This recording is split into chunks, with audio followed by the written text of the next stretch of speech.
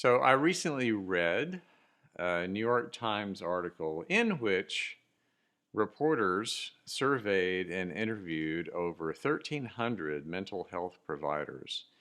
The reporters wanted to know what kinds of things patients are seeking help for these days.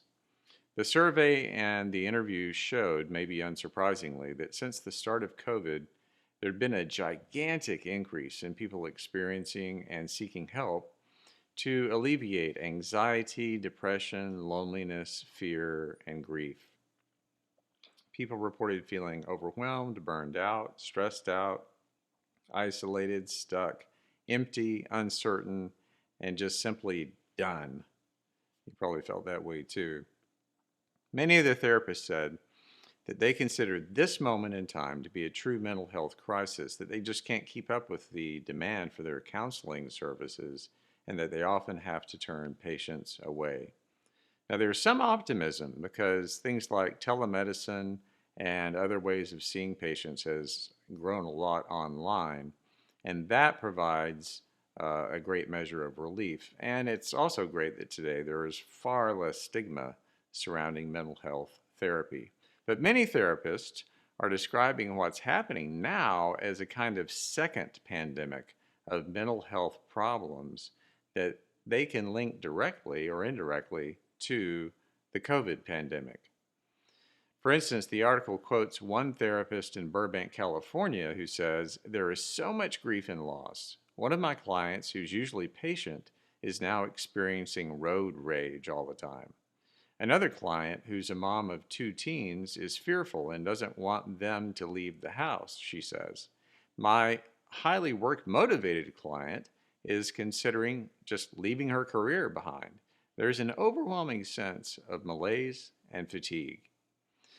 So the chances are great that either you or someone you know is going through what all of those therapists are hearing from their patients.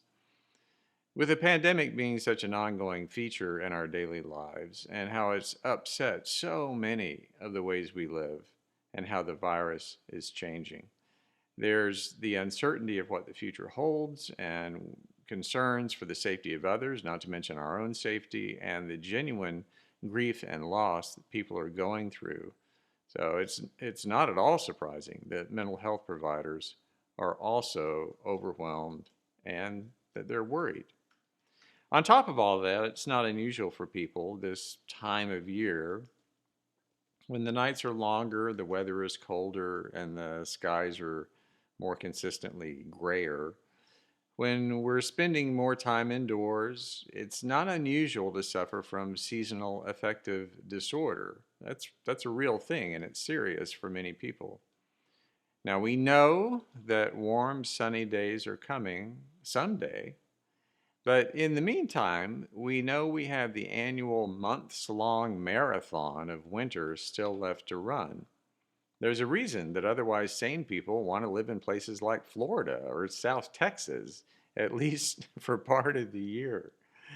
And on top of all that, every day we're just bombarded with news and social media posts telling us a story of how divided and angry and in trouble we are as a country.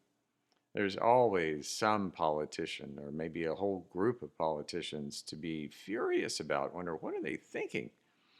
Every extended family has anti-vaccine evangelists as well as people who are the polar opposite. And we all have neighbors and family members who believe wearing face masks should be required in every public space, and those who consider masking to be an affront to their personal liberty. Now, for most of us, it can feel like we are living in a very crazy, unprecedented, unhinged time.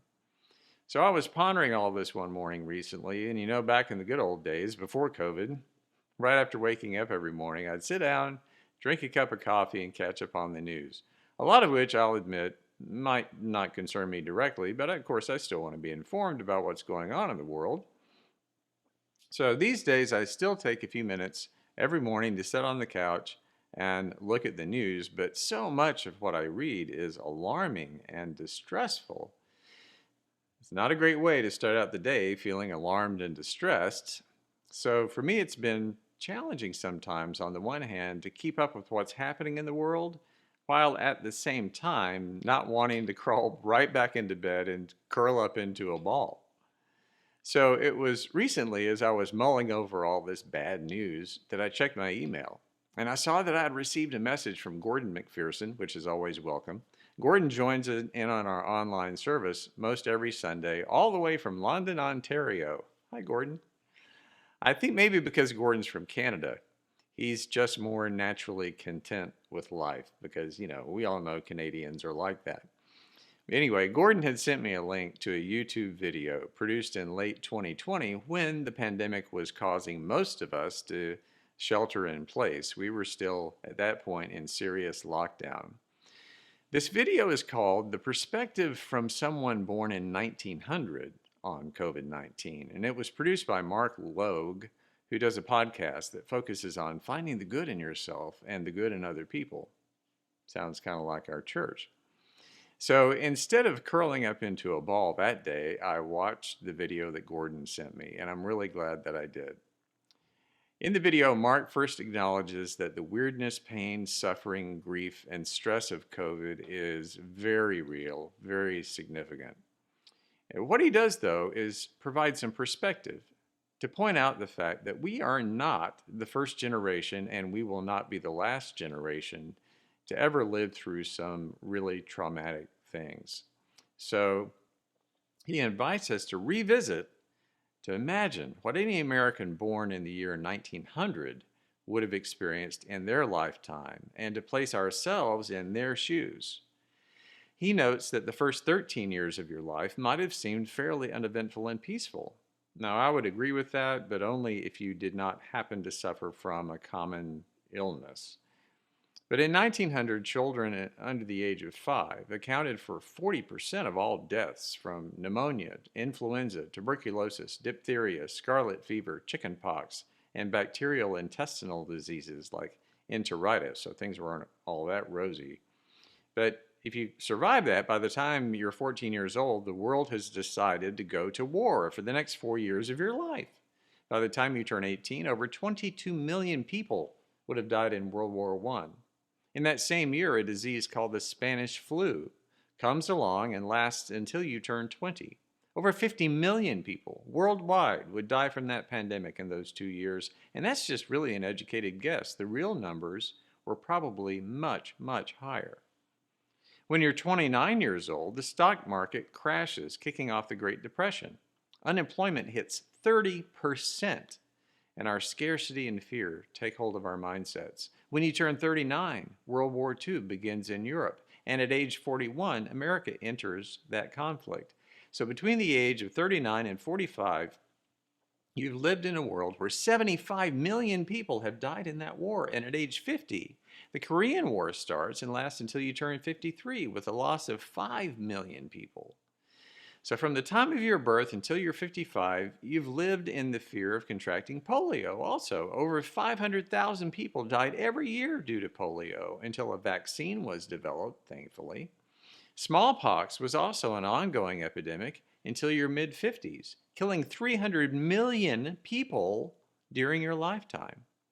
At age 55, the war in Vietnam begins, first with France and then the United States fighting the Vietnamese. That war lasted for 20 years, costing the lives of 4 million people. By the time of your 60th year, during the height of the Cold War, every day was lived under the threat of nuclear annihilation and the end of life as we know it. Now, Mark Loeb goes on to say that if you were growing up in the 1980s or 1990s and you did not think your grandparents or great-grandparents really had a clue that they really understood how tough life was for you, it's important to remember what they had to endure.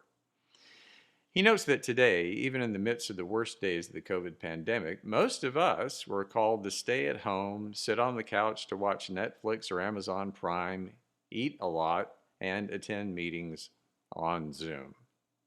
So that sums up Mark's video. Now, he does not mention a lot of things. COVID has caused great suffering, illness, and death. Well over 800,000 deaths in the U.S. alone. That is equal to half the population of Philadelphia. And I don't think Mark's intent is to be callous about anything, about the genuine stress, anxiety, loneliness, fear, and grief that anyone has endured. Any of those reasons why therapists agree that we are in the midst of a mental health crisis. Mark's intent is merely to provide some perspective. And depending on who you are and what you've been through these past almost 2 years, you might watch Mark's video and really, really like it, or it might strike you as being kind of uncaring and irrelevant, because after all, suffering is suffering, and it's impossible to make broad judgments about what defines going through a hard time. Long before COVID, people have suffered from depression and anxiety. It is nothing to be ashamed about, and the things that might trigger that in some people might not cause it in somebody else, because we're all different. So saying, look, your great grandparents and great grandparents had it a lot worse than you did, that can seem a bit simplistic. At the same time, I appreciated that video from the standpoint of reminding me that what any of us are going through is, first of all, temporary, because time continues flowing. And secondly, it is a reminder that the human race is incredibly resilient. The fact that our forebears survived and even thrived and achieved great things in the midst of all that really difficult stuff, that says something very positive about humanity. And I'm quite thankful that for the many who do struggle with anxiety, loneliness, feelings of isolation and fear, emptiness and uncertainty, that we have mental health professionals to help, and that the stigma surrounding mental health is on the decline. So there is help that our forebears did not have. And there is great value in gaining the perspective that what we're experiencing in this present moment is something we can and we will endure, that we will survive, and that we will thrive. Psalm 36 proclaims, "How precious is your steadfast love, O God! All people may take refuge in the shadow of your wings." Steadfast is another word for resilient. I believe it's that steadfast love that keeps us going no matter what happens, no matter what year we were born, no matter how cold and dark and long the winter becomes, no matter the uncertainty we face. The certain thing we can count on is one another and God's steadfast love that flows among us and within us. That steadfast love that's been present since the very beginning of time, that flows like a current through human history, that's more enduring than any stress or sorrow, that heals and restores and inspires, that's always creating and recreating, and that brings us safely home. With that perspective, we're going to be just fine. God's love is resilient, and so are we.